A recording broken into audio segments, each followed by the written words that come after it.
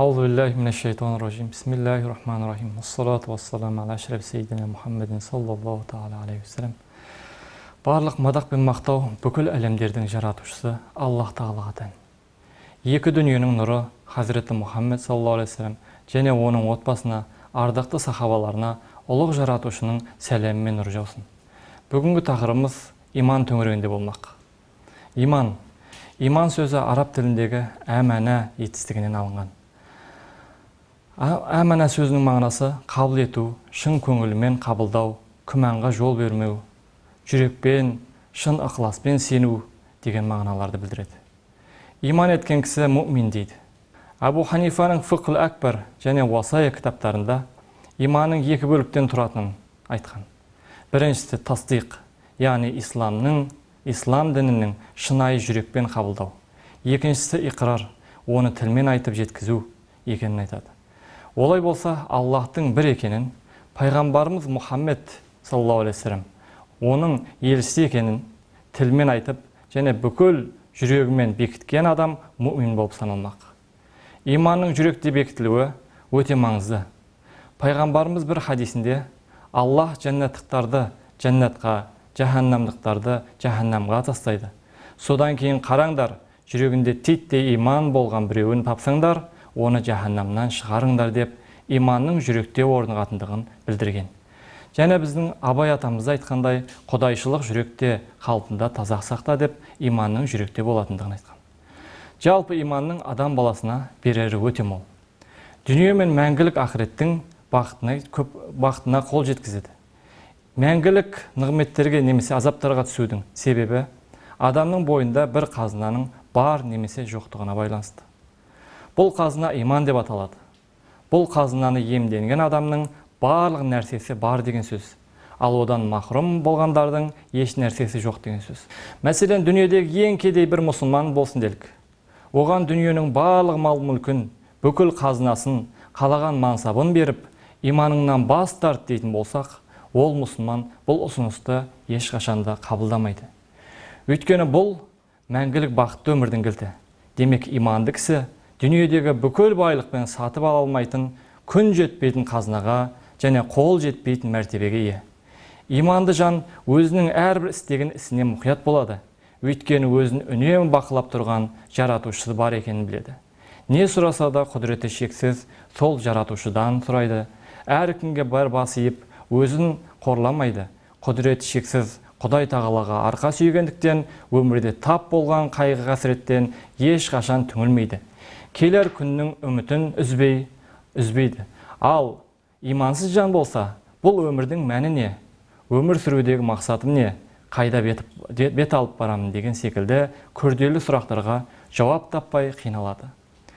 Сол үшін де үнемі мазасыз, бақытсыз. Өмірдің қиыншылығын сабырмен жеңе алмағандықтан, оларды сынақ деп білмегендіктен сабырсызданып, тез түңілгіш келеді. Рухани мазасыздықтан уақытша құтылуы үшін өзін мазалайтын, мұндай сұрақтарды ойламау үшін миын, денесін улайтын анаша, арақ сияқты жаман қылықтарға бой алдырады. Өмір сүруінде ешбір мағына, мақсат таба алмаған мұндай имансыз жан үнемі рухани күйзелісте жүреді. Екінші бір дүниенің бар екеніне иланбағандықтан, сенбегендіктен өлімді шіріп, жоқ боп кету деп ойлайды. Сөйтіп мына қысқа пәни өмірінде нәпсісін қанағаттандыруды мақсат тұтады. Қоғам өмірінде иманның алар орны ерекше. Өйткені иман әдептілік қағидалары мен әділеттілікті, тәрбиелік жүйелерді қалыптастыруды елеулі рөл атқарады. Адам иман еткен соң өзгелерге жәбір көрсетуден, тәртіпсіздік жасаудан, ішімдік есірткі секілді жаман әдеттерден бойын алыс ұстайды. Аллахқа, ақыретке сенбейтін қоғамда тәртіпсіздік пен қылмыс етек жаятындығы белгілі. Олай болса иман біздер үшін ауадан да, судан да аса қажет. Өйткені ауа болмаса, су болмаса, 60-70 жылдық өмірімізден айырыламыз. Ал иман болмаса, мәңгілік жаннаттан махрұм қаламыз. Жалпы халықтың иманына келер болсақ, олардың екі бөліктен тұратындығын айтады. Біріншісі тақлид иман, екіншісі тахқиқ иман. Тақлид иман дегеніміз әке-шешеден, ұстаздан, немесе өмір сүріп жатқан ортамыздан адамдардан естіп, олардан көріп, үйреніп, соларға еліктей отырып келтірген иман. Абу Ханифа және барлық фикх ғалымдары және хадис ғалымдары иманның бұл түрінің дұрыстығын айтады. Негізінде көпшілік халықтың иманы көбіне осы тақлиди иманға жатады. Ғалымдар тақлиди иманның нақты дәлелдермен қуаттандырылмағандықтарынан үнемі күмәнға ұшырауға, миссионерлердің жетегіне кетуге бейімдігі басымырақ екендігін айтады. Сондықтан әрбір мұсылман өзінің сенген, иман келтірген нәрселеріне, сол иман негіздеріне қолынан келгенінше білімінің шама шарқына қарай иманын ақли және нақли ғылыми дәлелдермен дәлелдеп, аят хадистермен қуаттау қажет. Иманның екінші түрі тахқиқи иман. Тахқиқи иман дегеніміз дәлелдер арқылы Аллахтың бар және бір екендігін нақты көз жеткізгеннен кейінгі пайда болатын иман. Мысалы, Қызыл теңіздегі ащы су мен тұщы судың бірікпейтінін зерттеп тапқан Кусто бұл жайлы Құранда жазылып қойғандығын көріп таңданды. Бұл да тахқиқи иманға жету үшін нақты дәлел болып саналмақ. Және Құранда біз саусақ іздермен қайта тірілтуге құдіретіміз жетеді деген аятта бар. Осыған байланысты балиғат жасына жетпеген жасөспірімдердің саусақ іздері ұстаған заттарда ұзақ мерзімге дейін сақталмайды, ал балиғат жасына толған адамдардың саусақ іздері ұстаған заттарында көп уақытқа дейін сақталатындығы айтылуда. Бұл дегеніміз исламда да балиғат жасына толғаннан кейін ғана адамдар істеген істерінде жауапты болады. Яғни күнә жасаса жазаланады, жақсылық істесе сауап жазылады. Бұл саусақ іздерінің әр адамдарда әр түрлі болатыны да қазіргі ғылыми тұрғыда дәлелденген. Бұл жайында Құранда «Бәлә қадирина аля ән нусауия бәнәна» деп, біз ақыретте адамдарды саусақ іздермен қайта тірілтуге құдіретіміз жетеді деп нақты айтқан. Бұл да тахқиқи иман келтіруге нақты дәлел болмақ. Және бұған тағы қоса кететініміз неміс ғалымы Бенефолд эпилепсия, яғни тырысқақ ауруын емдеу барысында адамның бас сүйегін ашып, электронды белгілі бір құрал арқылы миының әрбір нүктесіне тигізіп, оның еркінен тыс қимыл қозғалыс жасайтынын байқайды. Яғни миының бір нүктесіне тигізе қалса, қимылдайды. Бірақ осы миды басқарып тұрған ақылды таппайды. Бұл дегеніміз материалистердің ұстанымдарын күл талқан етуде. Өйткені ми болғанымен ақыл ғайып, қалайша дене бар рух ғайып. Денедегі рух жоқ секілді, мидағы да ақылды таппайды. Бұл да үлкен дәлелдердің бірі, тахқиқи иманға жетелейді. Тахқиқи иманды адамдар ол өздері нақты сеніп, басқаларды да сендіре алатын иманы күшті адамдар. Мысалы, сахабалар, табииндер, 4 мәзһаб имамдары және кейінгі дін үшін қызмет қылған ғалымдар жатады. Бұлардың тахқиқи иман дейміз. Солардың бірі Абу Ханифа көп жерде басқаларда имандылыққа шақырып, оны дәлелдеп берген. Мысалы, бірде оған пұтқа табынушылар келіп, бұл әлемнің жаратушысы жоқ деп пікір таласпақшы болады. Сонда Абу Ханифа, сендер теңіздегі кеменің қарсы соққы толқындарға төтеп беріп, жел бағытымен жүзіп бара жатқанын көрдіңдер делік. Мен әлгі кемені жүргізушісі жоқ, ол кеме өздігінен жүзіп бара жатыр десем, қабыл алар ма едіңдер деп ой тастай сұрайды. Пұтқа табынушылар сол кезде, жоқ, бұл ақылға сыймас деп жауап береді. Сонда имам Ағазам Абу Ханифа, сол секілді біздің тұрған жер шарымыз кеме іспетті. Ол үстінде адамдар, жан жануарларды және сансыз өсімдіктерді артып, қаншама ғасырлардан бері діттеген жеріне қарай кетіп бара жатыр. Оның бағытын түзеп, үстіндегі халықты сақтаған, қадағалаған бір иесі болмауы ақылға сыяма. Демек, әлемнің ұлы бір жаратушысы бар деп қисынды дәлелмен оларға мұсылмандықты қабылдатады. Кейде өзімізде жүздеген тоннадан тұратын ұшаққа таңғаламыз да, бірақ қаншама адамдар мен тау тастарды көтеріп, өз өсімен кеңістікте айналып жүрген жер шарымызға, жер әлемімізге әдеттегідей қараймыз, таңғалмаймыз. Абу Ханифаның өмірінде мұндай жағдайлар өте көп болған. Бірде Алланың барлығына әлі бірлігіне иман келтіре алмаған бір дінсіз береді. Куфа қаласына келіп, сол дінсіз әлемді Аллах жаратпады, әлем бұрыннан бар деген қауесеттерді таратып, көзқарасын таратып, насихаттамақшы болады. Сонда халифа Әл-Мансур бұл адамды шақыртып, ниетін білгісі келеді. Дінсіз сол кезде: құрметті халифа, сенің сарайыңда қызметте жүрген ғалымдармен кездесіп пікірсайыс өткізсем деймін. Өйткені олар бүкіл әлемде бір Алла жаратты дейді. Мен әлем бұрыннан бар деймін, әрі бұл пікірімді дәлелдеп беремін дейді. Сонда халифа Абу Ханифаны шақыртады. Ол Абу Ханифа бесін намазының оқып болғаннан соң баратынын хабарлайды. Куфалықтар мәжіліс үйіне лық толады. Абу Ханифа бірақ айтқан мерзімінден келе алмайды. Уақыт өткен сайын дінсіз тәкаппарланып, білемін, менен қорықты дейді. Осы кезде Абу Ханифа кіріп келеді. Дінсіз оған: сен бізді күттіріп қойдың, сенімен айтыспаймын деп бас сауалай бастайды. Сол кезде Абу Ханифа: асықпаңыз, әуелі не үшін кешіккенімді айтайын. Бүгін бір ғажайып оқиғаның куәсі болдым. Үйіміз өзеннің арғы жағында еді. Салға отырып бері өтпекші болып едім. Кенет жел соғып, салды бұзып, ағаштарын жан-жаққа ұшыратты. Не істерімді білмей тұрғанында бір толқын салдың барлығын бір жерге жинады. Ол сал қайта сал болып қалыптаса қалды. Оған мініп осында келдім. Кеш қалғанның себебі осында. Сол үшін кешірім сұраймын дейді. Бұл жауапқа қарқылдап күле бастаған дінсіз: ей халайық, ғалымдарыңыздың айтқан сөзі қисыңа келе ме? Бұл қып-қызыл өтірік қой дейді. Сонда Абу Ханифа шындыққа көшіп: шынында ақылсыз сенсің.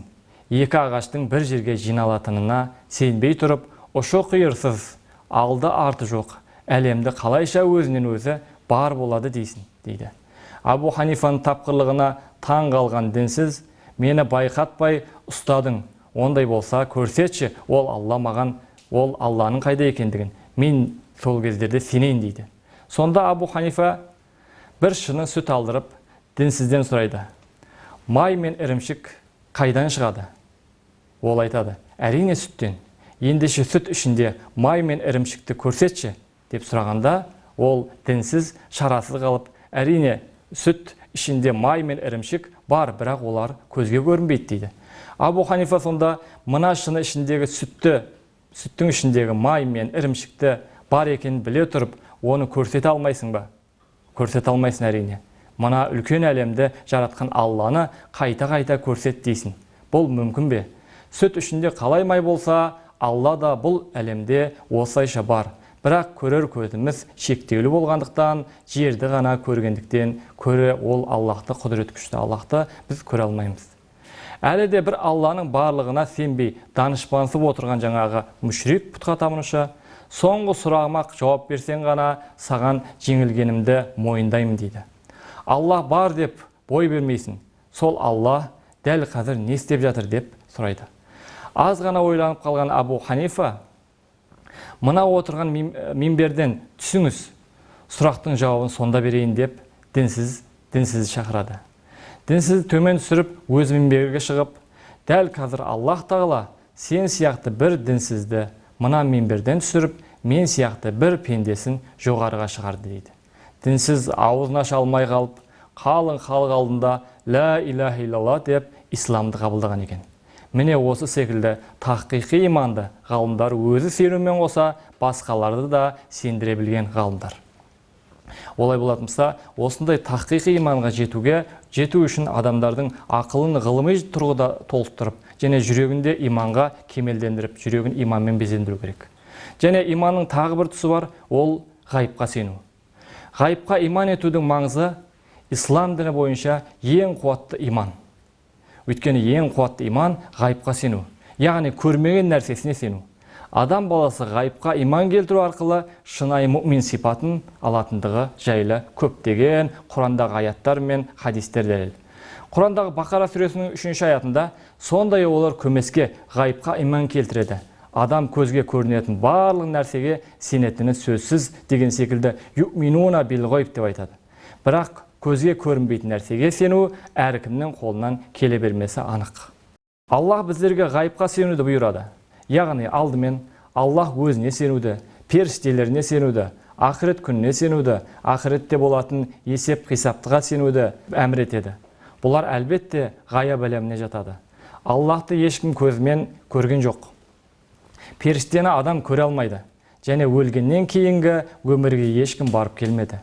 Мұның бәрі біздер үшін қияли нәрсе секілді көрінеді.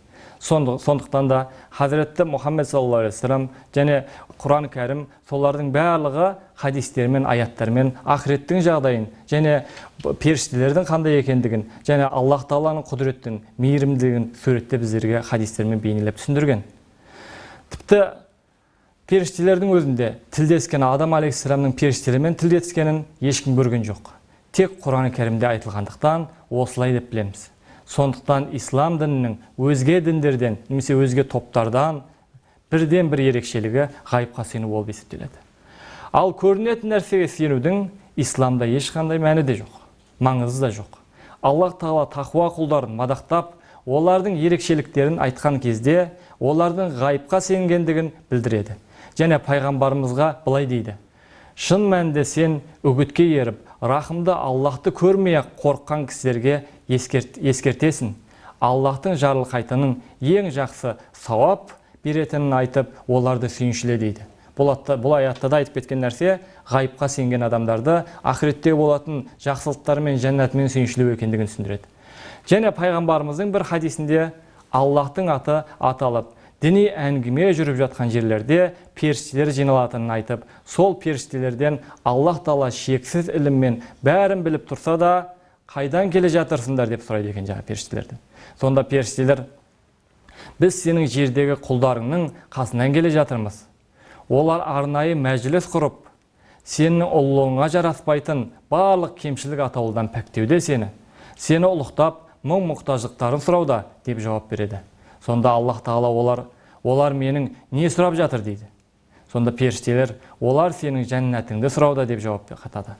Аллах Тағала: олар менің жәннатымды көріп пе екен деп сұрайды. Періштелер: уа Раббымыз, жоқ, көрген емес дегенде, Аллах Тағала: егер олар жәннатымды көргенде қандай болар еді деп айтады. Періштелер: егер олар жұмақты көргенде, жәннатыңды көргенде, оған кіруге бұдан да бетер ынтық болатын еді. Бұдан да бетер ұмтылып, бұдан да бетер ынтызар болатын еді дейді. Сондай деп жауап берген кезде, сол кезде Аллах Тағала: олар неден қорқып, менен қорғауымды тілеуде деп сұрайды. Періштелер: олар сенің тозағыңнан қорқып, сақтай көр деп сыйынады дейді. Аллах Тағала: олар оны көріп пе екен деп сұрағанда, періштелер: жоқ, Аллахи, олар оны көрген емес дейді. Аллах Тағала: егер көрсе қалай болар еді дегенде, періштелер: егер оны көрсе, тозақтан мұнан да бетер безіп, мұнан арман қорқар еді деп жауап береді. Сонда Аллах Тағала: ендеше сендер куә болыңдар, мен оларды кешірдім дейді. Мұны естігенде бір періште: уа Раббымыз, олардың ішінде пәленше деген күнәһар құлың да бар. Ол жай әншейін солардың қасынан жол жөнекей соғып жатқан сол отырысқа қосылып қалған дейді. Сонда Аллах Тағала: оны да кешірдім. Өйткені олар сондай жақсы қауым, олармен бірге болған адам әсте бақытсыздыққа ұшырамайды деп айтады. Әрине бұл хадисте де ғайыпқа сену жайлы айтып, өмірде бір сынақ екендігін, ғайыпқа сенудің өмірде бір сынақ екендігін айтып, бүкіл күнәнің кешірілуіне себеп болатындығын білдіреді. Және де ендігі мәселе иман тек жүрекпен сену жеткілікті ме деген мәселе. Баста айтып кеткеніміздей, иман етудің негізгі қағидасы жүрекпен бекітіп тілмен айту. Ғұламалардың көпшілігі тілмен айтуды дүниелік үкімдердің іске асуы үшін керек деген. Яғни иманның негізі емес, бірақ шарты ретінде қарастырған. Бұл сөзден мынаны түсінуге болады: Аллахтың дінінің көңілмен мақұлдаған адам тілмен айтпаса, ол адамның иманы бар деген сөз. Бірақ біз оның кім екенін, оның не істей алатындығын, ол туралы көзқарасымызды еш уақытта айта алмаймыз. Сондықтан ол тілмен айтпады. Тілмен айтпағандықтан ол адамды біз нақты мұсылман деп сипаттай алмаймыз. Өйткені іс-әрекетімен де көрсетпей тұр. Мысалы, бір адам өзінің мұсылман екенін айтпаса, бірақ жүрегімен сенсе, шариғаттың үкімдерін оған қалай орындатасыз? Оның мұсылман ба, әлде мұсылман емес пе? Қайдан білеміз оның жағдайын? оның шалған малының етін қалай жейміз? Сондықтан ешқандай себепсіз кәлима шахадатты айтпау иманның шартын орындамау болып табылады. Құранда иман еткен адамдарға кәлима шахадат сөзін айту керектігі жайлы аяттар бар. Мысалы, Анкабут сүресінің 46 аятында және Бақара сүресінің 136 аятында Аллахқа сендік, иман келтіріп деп айтыңдар дейді. Құлу әмәнна деп осы өзінің бұйрығын білдіріп тұр. Олай болатын болса, жүрегіндегі имандылықты тілмен айту керектігін нақты бұйырып тұр Құран кәрім. Және пайғамбарымыздың хадисінде Аллахтан басқа тәңір жоқ екендігін айтпайынша олармен күресуге, соғысуға бұйырылдым дейді.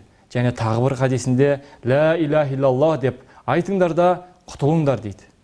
Олай болатын болса, бұл хадисте анық түрде иқрардың тілмен айтудың қажет екендігін айтып тұр. Сондықтан иман дегеніміз тек жүрекпен бекіту деп айту бұл аят пен хадистерге қайшы. Алайда жүрегімен сеніп, қуаттаған бірақ тілсіз мылқау яки өлімнен қорқып, біреудің мәжбүрлеуінен сенімін айтпаса, бұлар үзір саналады. Бұлар басқаша жағдайға түседі. Мысалы, мылқаудың иманы болған сияқты, өміріне қауіп төніп тұрған адамның шарасыздан тіліменен теріске шығарса, кәлима шахадатты теріске шығарса, иманы бар дейміз. Бұл жайлы Құран кәрімде Нахл сүресінің 106 аятында жүрегі иманмен орныққаннан кейін біреуді зорлық көрсетуімен күпір сөз айтса да оның иманы қабыл болатындығы айтылуда. Олай болатын болса, илламан укриха ва қалбуху мутмаиннун бил иман деп бұл сүреде де нақты айтып тұр. Мәжбүр болған жағдайларда олай болатын болса, иман сөзін тілмен айта алмаса, өміріне қауіп төніп тұратын болса, мұндай жағдар үзір болып саналады екен. Олай болса, бұл аяттың түсуіне себеп болған, бұл жердегі оқиға осы мүшриктердің Ясир мен оның отбасына діннен бас тартуға мәжбүрлеу болды. Діннен бас тартпаған Ясир мен Сүмейяны мүшриктер ыстық құмның үстіне жатқызып, діннен қайту үшін әбден қинаса да, олар Аллахтан басқа тәңір жоқ деп айтқандарының қайтпады. Соңында жауыздықпен қол аяғын түйеге байлап, тартқылап өлтірді. Әкесі мен шешесін көрген Аммар шарасыздықтан менің құдайым Лат, Манат, Ұзза деп мүшриктердің пұттарына бас иіп, қалауларына мәжбүр болды. Олардың қалауларын орындады. Бірақ тілмен айтқанмен жүрегі иманға толы еді. Болған жайтты да пайғамбарымыз айтқан болатын. Пайғамбарымыз Мұхаммед саллаллаху алейхи ва саллям аталмыш аяттың осы үшін түскендігін баян етті. Олай болса, мәжбүрлі жағдайда, өмірінде қауіп төніп тұрған жағдайларда тілмен күпірлік сөз айтса да мұсылман болып қала береді. Бірақ ешқандай себеп болмастан жүрегіндегі иманды тілмен айтпаса және мұсылманға тән құлшылық, ғибадат жасамаса, дүниеде мұсылман деп айта алмаймыз. Бірақ жүрегінде иманы болғандықтан ақыретте Аллахтың хұзурында мұсылман.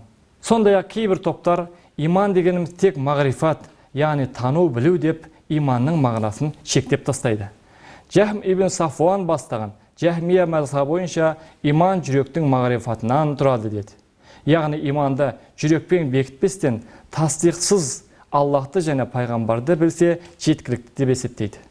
Бұл дегеніміз сіз иман негіздерін жай біліп жүрсеңіз болғаны деген ұғымды білдіреді.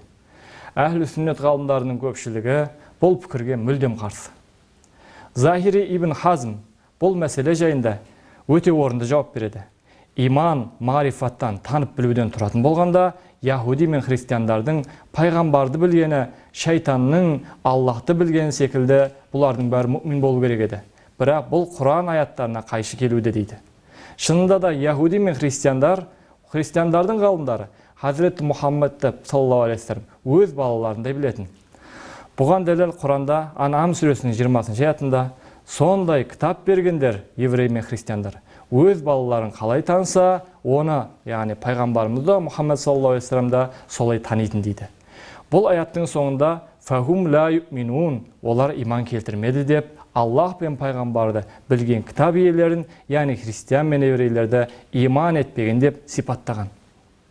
Сондықтан иман ету үшін тек танып қана қою жеткіліксіз. Ол таныған нәрсесін жүрегімен бекітіп, тілмен айтуы тиіс. Бұл мәселе жайында имам Азам Абу Ханифа Жахм ибн Сафуанмен пікір таластырып, бұл түсіндірмелері дұрыс еместігін айтқан. Имам Азам Абу Ханифа иман тек білу, тану секілді марифат ғана емес, ол білгенін жүрекпен мойындау деп, нақли және ақли дәлелдерін айтып, жеңіп шығады. Сонда Жахм ибн Сафуан өз көзқарасының дұрыс емес екендігін мойындайды. Абу Ханифаның пікірін ұстанады, бірақ өз көзқарасын сол күйі қалып қояды. Тағы бір иманға қатысты өзекті мәселе бар. Ол кейбір топтар үлкен күнә істеген адамды кәпір санауда. Алдымен үлкен күнә не екендігін біліп алайық. Пайғамбарымыздың саллаллаху алейхи ва саллям мына бір хадисі үлкен күнәнің не екендігін ашықтай түседі. Ол хадисте пайғамбарымыз сахабалармен бірге отырғанда азапқа ұшырататын 7 күнәдан сақтаныңыздар дейді. Сонда сахабалар ол не деп сұрайды. Сонда пайғамбарымыз саллаллаху алейхи ва саллям Аллахқа серік қосу, сиқыр жасау, орынсыз адам өлтіру, жетімнің малын жеу, өсім жеу, соғыстан қашу, намысты және иманды әйелге зина жаласын жабу деп үлкен күнәларды санап шығады. Ислам ғұламалары үлкен күнәні бұл хадисте айтылғандармен шектемей бірнешеуін тағы қосып айтқан. Бұл жердегі басты мәселе күнә істеген мұсылман кәпір санала ма? Бұл сұрақ алғашқы ислам ғалымдары және кейбір ағымдар арасында өзекті мәселеге айналды. Мысалы, дінде шектен шығып, қаттылықты ұстанған харижиттер болса, үлкен күнә істеп қойған мұсылманға кәпір деді. Ал шариғатты бір шетке қойып, ақылға баса мән берген муътазилиттер болса, ондай үлкен күнә істеген кісіні иман мен күпірдің арасындағы пасық мәртебесінде болады деп айтты. Егер тәубе етпестен өлетін болса, мәңгілік тозақта қалады деді. Ал бұл әхлі сүннет ғалымдарының пікірлеріне келетін болсақ, Абу Ханифа және Матуриди ғалымдары бойынша үлкен күнә істеген кісі мұсылманшылықта шықпайды. Тек істеген күнәсі үшін күнәһар мұсылман болып аталады. Ақыретте істеген сол күнәсі үшін жаза шегеді, немесе соңында жәннатқа барады. Аллахтың ол кешіруіне байланысты. Сондай-ақ істеген күнәсі үшін бұл дүниеде тәубе етсе, Аллах кешіру мүмкін дейді. Мәселен, бұл мәселе түсінікті болу үшін үлкен күнә істегендерді кәпір санайтын харижиттердің Абу Ханифамен болған тартысын айта кетейік. Бірде Абу Ханифа мешітте отырғанында бір қарулы харижит мешітке кіре салып, Абу Ханифаны сынау үшін оған босағада 2 өлік жатыр.